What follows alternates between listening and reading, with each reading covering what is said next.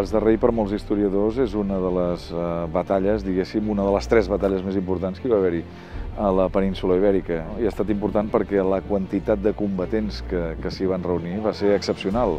Estem parlant de més de 30.000 persones.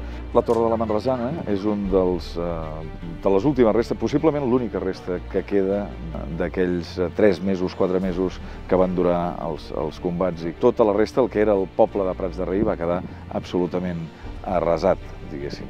El que té de bo és que des de la Torre de la Manresana, que s'hi pot accedir i es pot arribar a dalt, s'hi contempla una visió del que era Prats de Rei, Calaf, etc.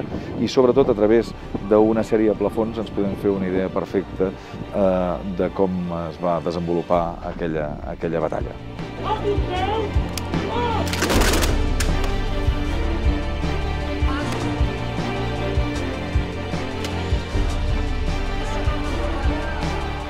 I des d'aquest punt de vista és un també dels més de 50 escenaris que la Ruta 1714 cobreix. I el que hem volgut destacar amb la Ruta 1714 és posar en valor tots aquests llocs, però a més transcendir el que és estrictament la commemoració, per tal que després del 2014 aquesta part que fins ara restava desconeguda a la nostra història torni a tenir o tingui la importància que mereix.